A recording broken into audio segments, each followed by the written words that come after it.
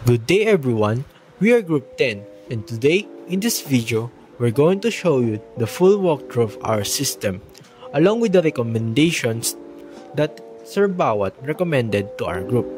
And without further ado, let us start. So mga recommendations lang naman na sinabi sa amin ni Sir is ang sex drop down button is gawin namin sex radio button since dalawang option lang naman ito, male and female. Sa date of birth naman, wag namin isama ang advanced date and dates na sa tingin namin is younger than 18 years old. And sa verification message naman, kapag hindi pa verified yung user and nag-login siya, dapat mag-flag ang system namin ng unverified account and need nila i-check ang kanilang email para i-verify ang kanilang account.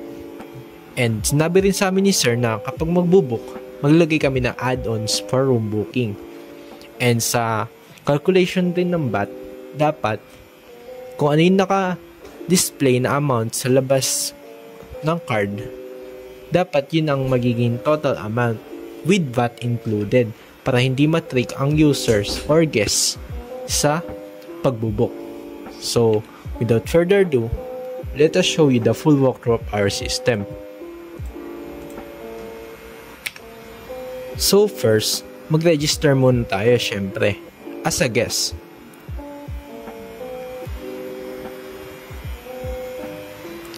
So as you can see, nasolve na namin ang unang recommendation ni Sir Bawat.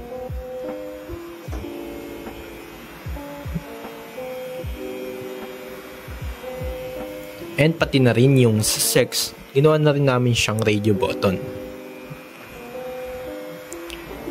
And sa pag-login naman, nasolve na namin rin siya, which is nagpa-plug na ng error yung system na angkop sa nakitang error.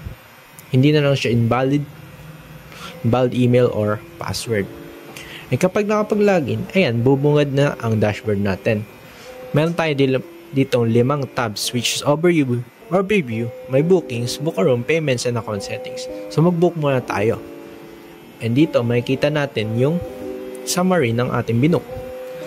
And kapag magbabayad, pupunta tayo sa send it payment, which is pwede tayo magbayad via Maya or GCash. And pupunta na siya sa upcoming bookings. And si send it din pala ay nagsasend ng resibo ng ginawa nating payment sa email ng guest. Ngayon, try naman natin mag-book ng book and pay later, which is another option na ginawa namin sa system na to. Para kapag kayong mga undecided na tao is lalagay nila as a drop yung kanilang booking. So, pag hindi pa ba yan, may pay now button na lalabas syempre. And pwede tayong magbayad through our send it payment gateway. And dito kapag guest na registered account, makapagbayad lang siya through e-wallet. And pwede rin natin i-download ang resibo natin. And pwede rin natin i-view ang mismong resibo sa send it.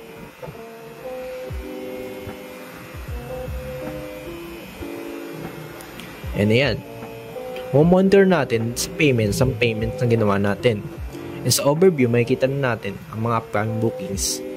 Sa bookings naman, pwede natin siya i-cancel as long as hindi pa nakapag-check-in ng user. Sa account settings naman, pwede natin edit ang number natin kasi itong info lang naman ito ang talaga nagbabago over time. And pwede rin natin baguhin ang password natin. Kung sakali na compromise ang ating old password is pwede natin siya palitan.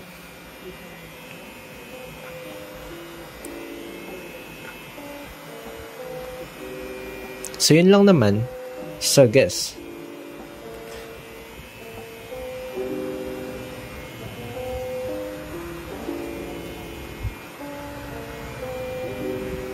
Now, pumunta naman tayo sa admin, which is the manager. Sa manager, namomonitor natin dito kung ano yung mga analytics ng ating system.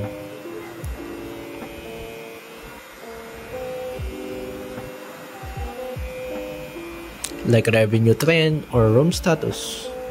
Monitor natin sila. And dito, meron tayong room management, user management, and account settings din. Sa room management, ang logic namin dito is meron tayong room category na kailangan muna i-enter bago tayo makagawa ng isang subcategory. And subcategory naman, yun yung gagamitin natin sa paggawa ng room. Ang naisip kasi namin dito is kapag diba sa isang hotel, pwede tayong mag-book ng same category, like same ng uri ng room, pero ibang room number siya. So yun yung naisip namin na solution. Meron siyang main category, may subcategory, and yung subcategory na yun, pwede siyang magkaroon ng maraming rooms. So ang logic is one room can have many, one subcategory can have many rooms. So pwede rin tayo mag-add dito ng amenity, ng add-ons. And nagawa rin namin dito yung sinuggest ni Sir sa ibang group na kapag magdi-delete, dapat nanghihingi muna ito ng password sa mismong gumagamit. Just to verify kung siya ba talaga yon or meron ng ibang gumagamit ng system.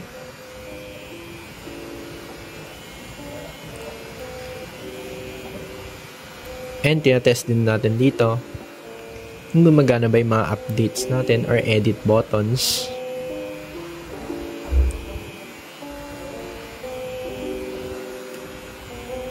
So may logic din tayo dito na kapag may room na under sa subcategory, hindi niya to pwede i-delete kasi dapat in order ang pag-delete. Mag-delete muna sa room bago sa subcategory and bago sa main category.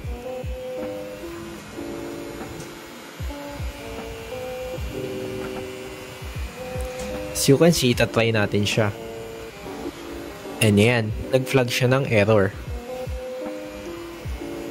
Kailangan muna natin i-delete ang room na ginawa natin under ng subcategory na yun para ma-delete natin yung subcategory na yun.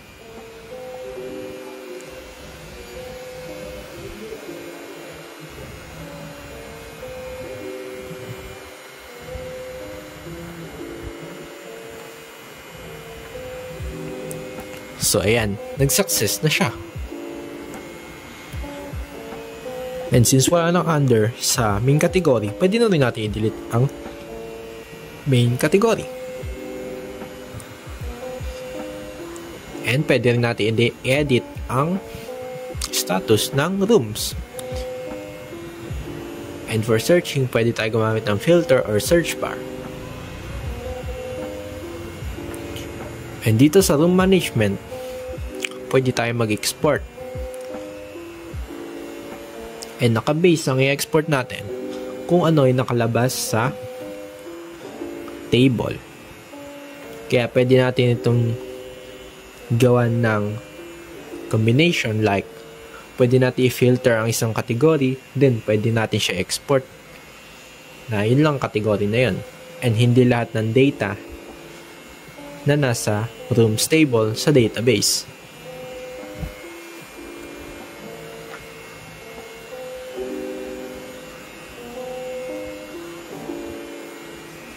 So yan, try natin na i-reset. Then, in-export natin lahat ng data na nasa rooms. And dito sa user management, meron tayong staff management and guest records. And nga pala, ang logic natin dito is, ang staff is, ginagawa lang siya ng manager. Hindi siya pwedeng gumawa ng sarili niyang account.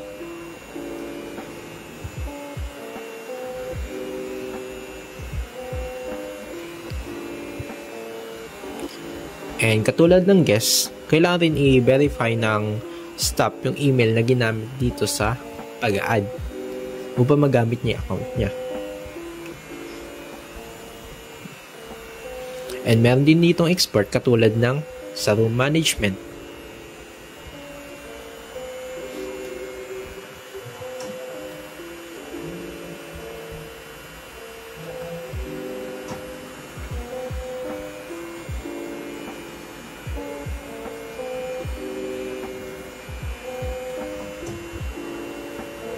Pwede tayo mag-export via CSV, JSON, or XML.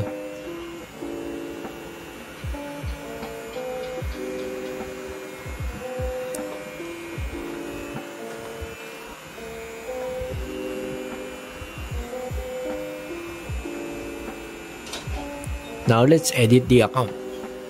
Pwede ulit natin edit ang number dahil yun lang naman nagbabago over time.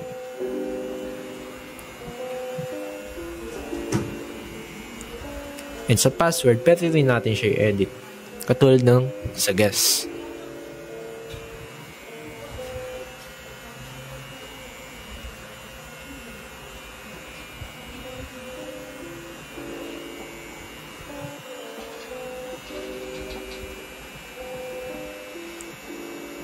And try natin i-login ang account natin gamit ang bagong password and gumana siya. Now, pumunta naman tayo sa ginawa nating front desk account kanina. Ngayon, di muna natin siya verify to check ulit yung error na dapat nagpa-flag. Ngayon, i-verify na natin siya. And ngayon, dapat pwede siya mag-login. And dito sa front desk account, meron tayong overview, booking management, book a room, and syempre account settings. Sa booking management, pwede tayo mag-confirm ng bookings, mag-check-in, mag-check-out,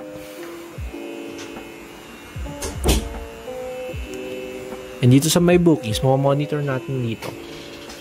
Sa my bookings ng guest, monitor natin dito yung mga changes.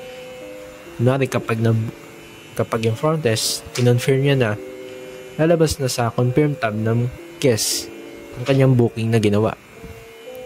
So, pwede rin tayo mag-handle na walking booking dito.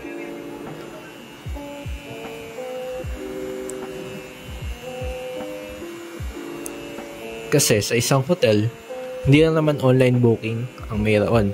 Meron ding walk-in booking. And na-handle din ito ng system namin by the front desk account. Kanya nga lang, ang supported lang ng front desk payment, walk-in payment is cash as of now. Pero pwede rin itong integratan ng send-it payment.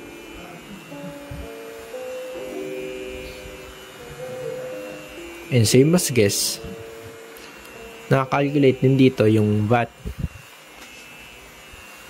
Yung subtotal VAT, room included, total, and the add-ons.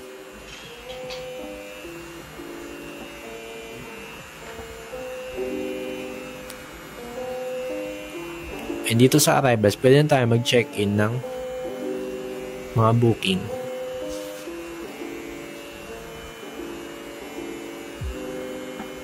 And pwede na natin siya i-check sa ating guest account. Kapag confirm and nakapag-check-in na yung guest, hindi niya na pwede cancel syempre ang kanyang booking. And pwede na tayo mag-check-out. Lalabas na itong mga na-check-out sa completed na tab. And sa guest, mag-reflect din ito and lalabas siya sa completed na tab. And sa account settings, same as sa iba, pwede rin baguhin ang phone and password.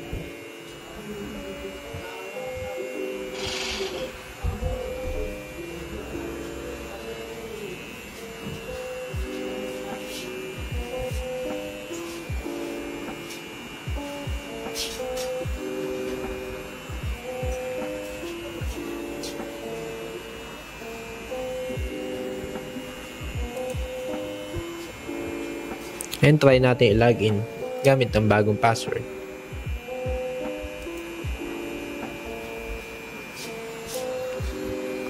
And gumana siya.